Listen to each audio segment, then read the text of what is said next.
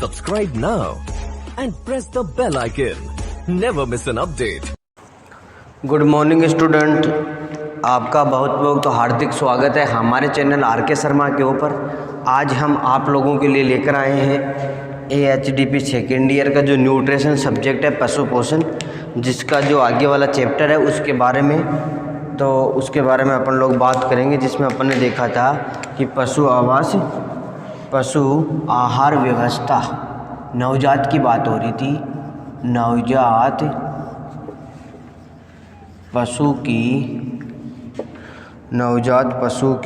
आहार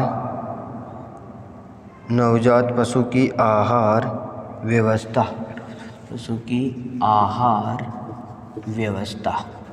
तो सबसे पहले बात करते हैं नवजात पशु की आहार व्यवस्था, जिसमें अपन ने ये पढ़ लिया था कि पशु का जब जन्म होता है उस समय क्या क्या करते हैं। उसके मुँह से जो मेम्ब्रेन, जो झिल्ली होती है, म्यूकस मेम्ब्रेन, उसको हटाते हैं, हल्के हाथ से फूंक मारते हैं। अगर फिर भी नवजात उसकी श्वसन क्रिया अगर स्टार्ट नहीं हो रही है तो हल्के हाथ से उसके पेट के ऊपर हल्के हाथ से थोड़ा सा मारते हैं, थप्पीज बोलते हैं जिसको, हल्के हाथ से मारते हैं ताकि उसकी श्वसन क्रिया स्टार्ट हो जाए। अगर उसके फेफड़ों में पानी भर गया तो पीछे वाले पैरों को ऊपर उठाकर उसका पानी बाहर निकालने की कोशिश करते हैं। फिर उसके बाद में क्या करते हैं, माँ के पास में उसको रख देते हैं ताकि जो मादा पशु है उसको चाट सके, मतलब मातृत्व का भाव अपना उत्पन्न कर सके। इसके बारे में अपन ने चर्चा पहले कर ली थी।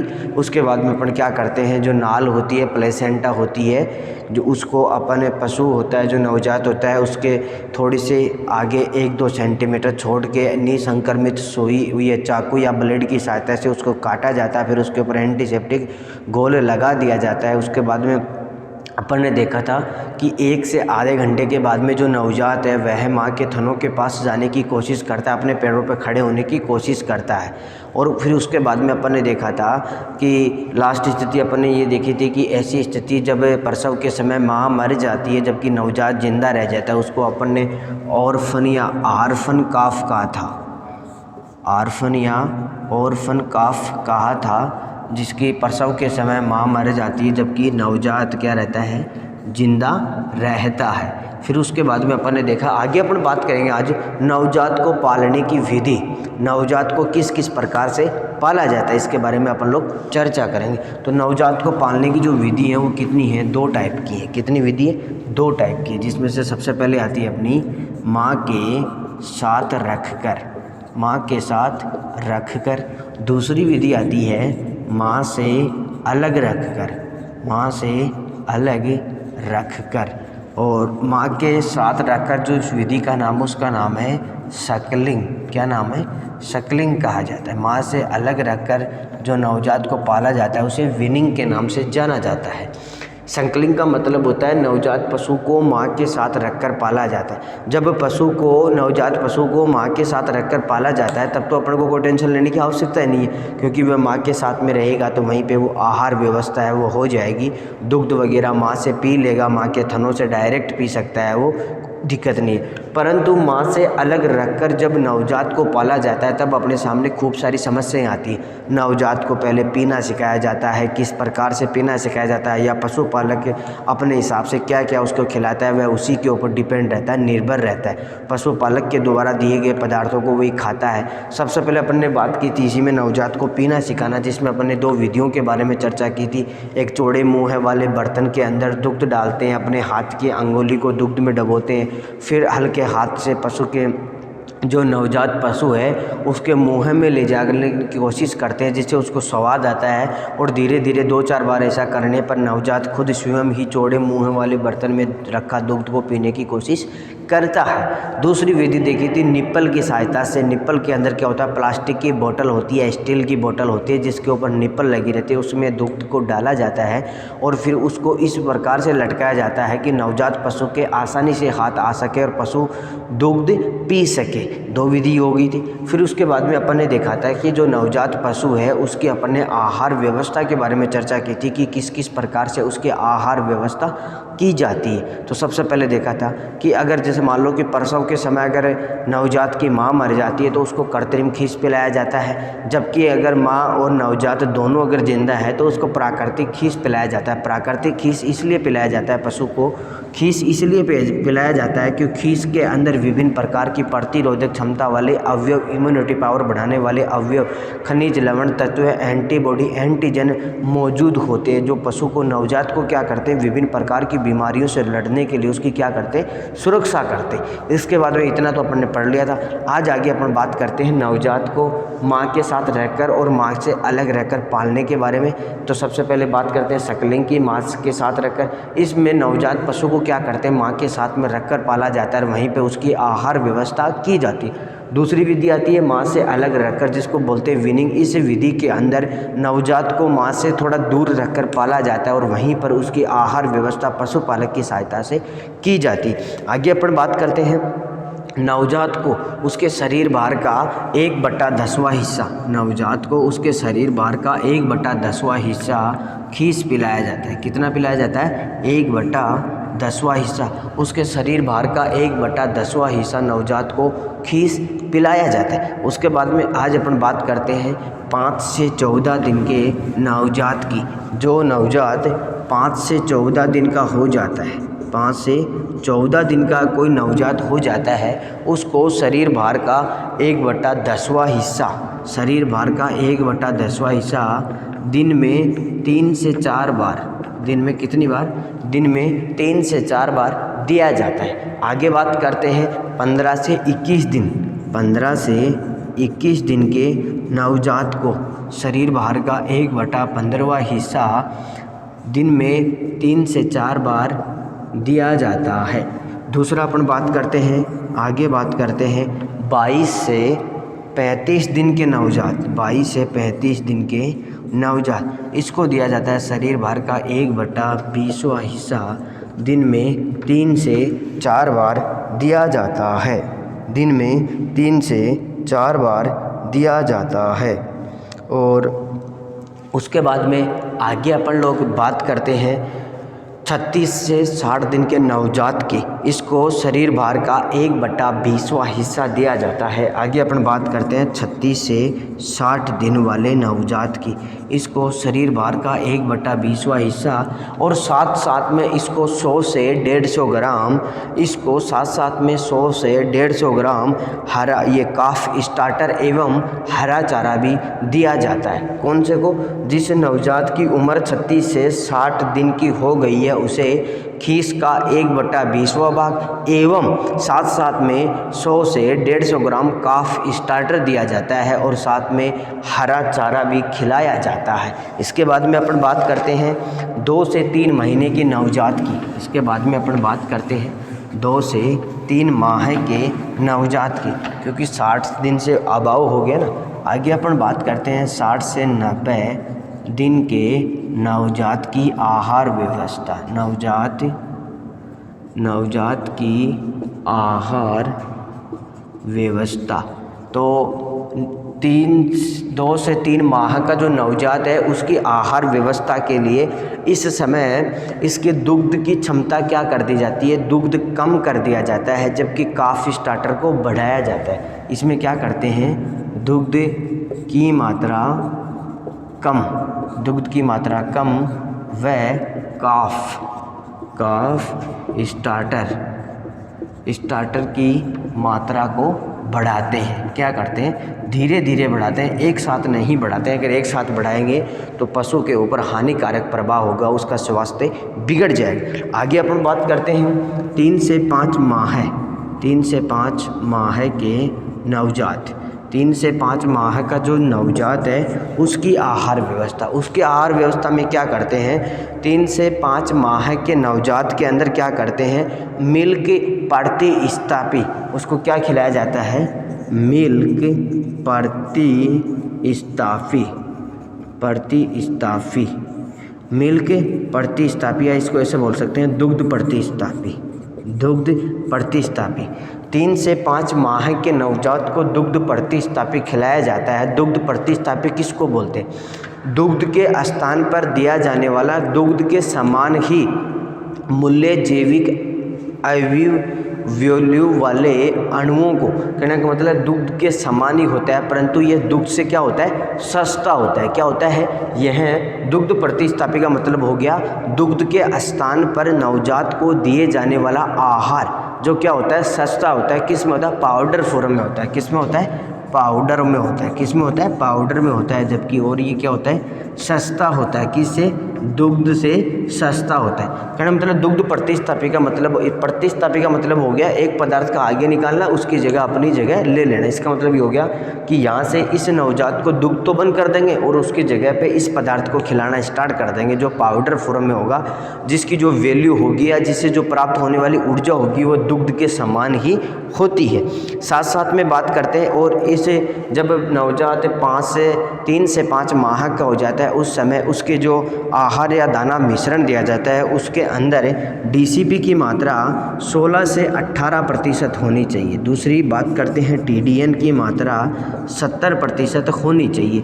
जो 3 से 5 माह का जो नवजात है उसको जो आहार या दाना मिश्रण दिया जाता है उसके अंदर डीसीपी की मात्रा 16 से 18% होनी चाहिए, जबकि टीडीएन की मात्रा 70% होनी चाहिए। डीसीपी का मतलब डाइजेस्टिबल क्रूड प्रोटीन, टीडीएन का मतलब टोटल डाइजेस्टिबल न्यूट्रिएंट। इसके बाद में अगर आगे अपन बात करते हैं 6 माह का जो पशु है या 6 माह का जो नवजात है उसकी आहार व्यवस्था। आगे अपन बात करते हैं 6 माह के नवजात की आहार व्यवस्था।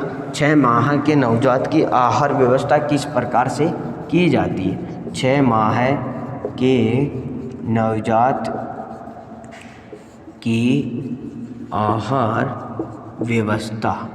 6 माह के नवजात की आहार व्यवस्था।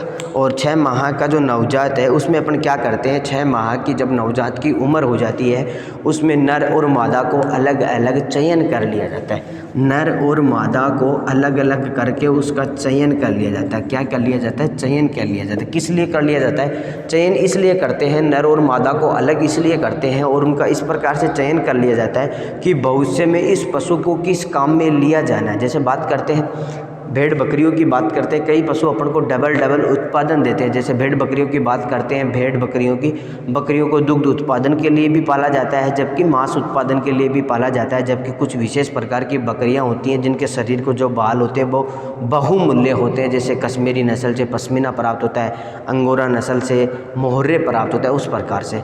उसी प्रकार से भेड़ की बात करें, कई भेड़ों को मांस उत्पादन के लिए पाला जाता है, जबकि कई भेड़ों को ऊन उत्पादन के लिए पाला जाता है, जबकि कई भेड़ों को दुग्ध उत्पादन के लिए भी पाला जाता है। इस प्रकार से इस जो चयन है, जो अपना प्रोडक्शन उत्पादन का लेने का जो उद्देश्य है, आगे भविष्य में पशुपालन का कार्य करने का जो उद्देश्य है उसको ध्यान में रखते हुए नर और मादा का चयन कर लिया जाता है और फिर उसी के आधार पर उनकी क्या की जाती है, आहार व्यवस्था की जाती है। और इसके साथ साथ में पशु को क्या करते हैं, 6 माह की उम्र में 1 से 1.5 किलो दाना मिश्रण प्रतिदिन देना प्रारंभ कर देते हैं। दाना प्रतिदिन देना प्रारंभ कर देते हैं। साथ साथ में 5 से 10 किलो हरा चारा देना प्रारंभ कर देते हैं।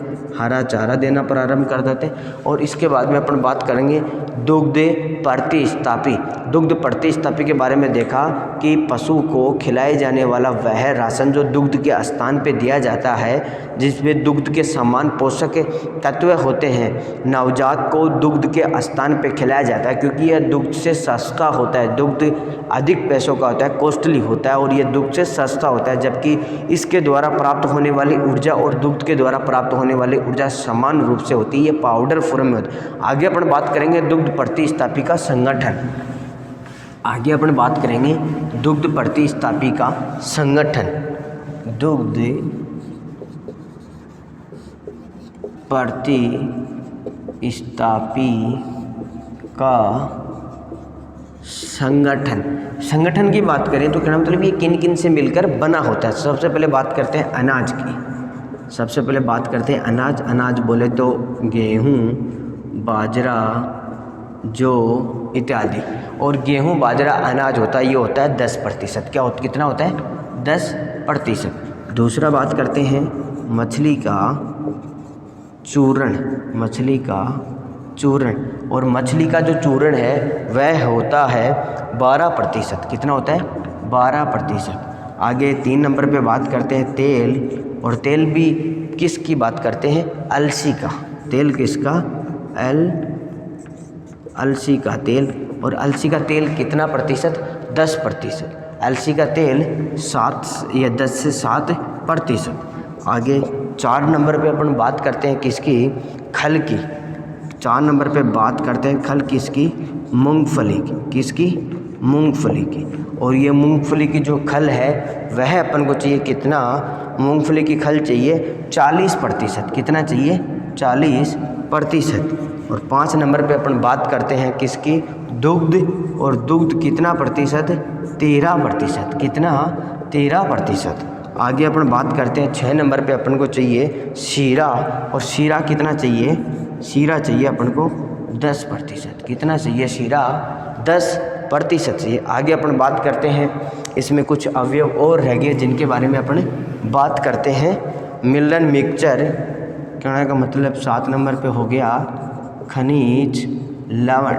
क्या हो गया? खनिज लवण। 8 नंबर पे हो गया एंटीबायोटिक। Antibiotic, antibody, antibody. और एंटीबॉडी है अपने कितना? 5% और खनिज लवण है 3%। कुल मिला के बात करते हैं तो कितना आता है? 100%। यह होता है किसका? दुग्ध प्रतिस्थापी का संगठन। अनाज, गेहूं, बाजरा जो 10%, मछली का चूर्ण 12%, तेल अलसी का 10 से 7%, खल मूंगफली का 40%, दुग्ध 13%, शीरा 10%, एंटीबॉडी 5%, खनिज लवण 3%। इन सारे तत्वों को, अवयवों को मिलाने पर जो बनने वाला अवयव है उसको क्या बोलते हैं? दुग्ध प्रतिस्थापी बोला जाता है। दुग्ध प्रतिस्थापी दुग्ध के स्थान पर दिया जाने वाला एक विशेष प्रकार का क्या होता है? खाद्य पदार्थ होता है जो पाउडर फॉर्म में हो जाए, जो नवजात पशु को खिलाया जाता है। आगे अपन बात करते हैं एक दूसरा और आता है अपना खाद्य पदार्थ जिसको बोला जाता है काफ स्टार्टर। और आगे बात करते हैं काफ स्टार्टर के संगठन की, या काफ स्टार्टर किन किन से मिलकर बना होता है। आगे अपन किसकी बात करते हैं? काफ स्टार्टर। काफ स्टार्टर। आगे बात करते हैं काफ स्टार्टर। नवजात को आहार व्यवस्था जब की जाती है तो जन्म के 2 सप्ताह के बाद में उसे देना स्टार्ट करते हैं। क्या? काफ स्टार्टर नवजात को जन्म के 2 सप्ताह के बाद में देना स्टार्ट करते हैं। इसको देते समय दुग्ध की मात्रा को कम करते जाते हैं और इसकी मात्रा को बढ़ाते जाते हैं। लगभग काफ स्टार्टर को 28 से 30 यानी कि 1 माह तक दिया जाता है। जो काफ स्टार्टर है इसका जो संगठन है उसकी बात करें तो बारीक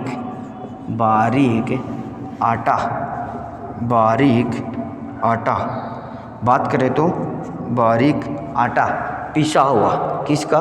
47%। बारीक आटा। दूसरा बात करते हैं मूंगफली की खल। और मूंगफली की फल कितनी है? 40%। और 3 नंबर पे बात करते हैं शीरा। और अपना शीरा कितना है? 10%। और आगे 4 नंबर पे बात करते हैं खनिज लवण की। और खनिज लवण है 2%। और आगे बात करते हैं 5 नंबर पे नमक। और नमक कितना है? 1%। तो ये क्या हो गया? जो काफ स्टार्टर है उसका संगठन। काफ स्टार्टर नवजात को जन्म के 2 सप्ताह के बाद में स्टार्ट करते हैं और 1 माह की उम्र तक दिया जाता है, तो 4 सप्ताह तक दिया जाता है। दुग्ध की मात्रा को कम करते जाते हैं और काफ स्टार्टर की मात्रा को बढ़ाते जाते हैं। काफ स्टार्टर का संगठन किस प्रकार से मिलकर इनको बनाया जाता है? बारीक आटा की बात करें तो वही जो गेहूं का गेहूं है उनका जो चूर्ण है, आटा बारीक पिसा हुआ कितना? 47%। मूंगफली की खल 40%, शीरा 10%, खनिज लवण 2%, नमक 1%। बारीक आटा आपको पता ही है, मूंगफली की खल आपको पता है, शीरा चीनी उद्योग के द्वारा चीनी बनाने के बाद में जो उप उत्पाद बचता है, बाई प्रोडक्ट बचता है, उसको क्या बोलते हैं? शीरा बोलते हैं। खनिज लवण आप लोगों को पता ही है, शरीर के लिए आवश्यक अकार्बनिक पदार्थ क्या होते हैं? खनिज लवण होते हैं। विटामिन भी आपको पता है। नमक आप लोगों को पता ही है। और इसके साथ साथ में पशु को 3 से 6 ग्राम एंटीबॉडी भी दी जाती है। इसके साथ साथ में क्या करते हैं? पशु को 3 से 6 ग्राम एंटीबॉडी भी दी जाती है, प्रतिदिन दी जाती है। ये अपना नवजात की आहार व्यवस्था कंप्लीट होगी कि पशु को किस किस प्रकार से कब कब कितना कितना चारा दिया जाता है, जिसके बारे में सबसे पहले अपन ने देखा कि नवजात को पालने की विधि।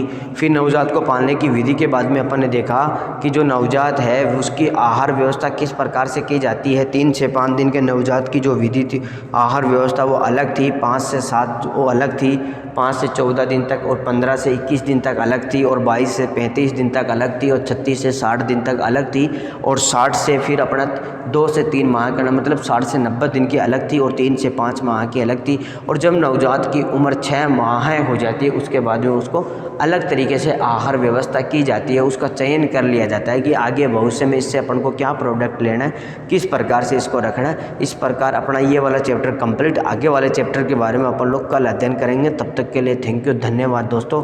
हमारे चैनल RK शर्मा को अधिक से अधिक शेयर करें, सब्सक्राइब करें, लाइक करें, जिससे आप लोगों के लिए और भी नई वीडियो लेकर आए। और साथ साथ में इस चैप्टर की आपको PDF जो वीडियो आएगा उसके डिस्क्रिप्शन में डाल दी जाएगी, वहाँ से आप डाउनलोड करके देख सकते हैं। थैंक यू, धन्यवाद दोस्तों।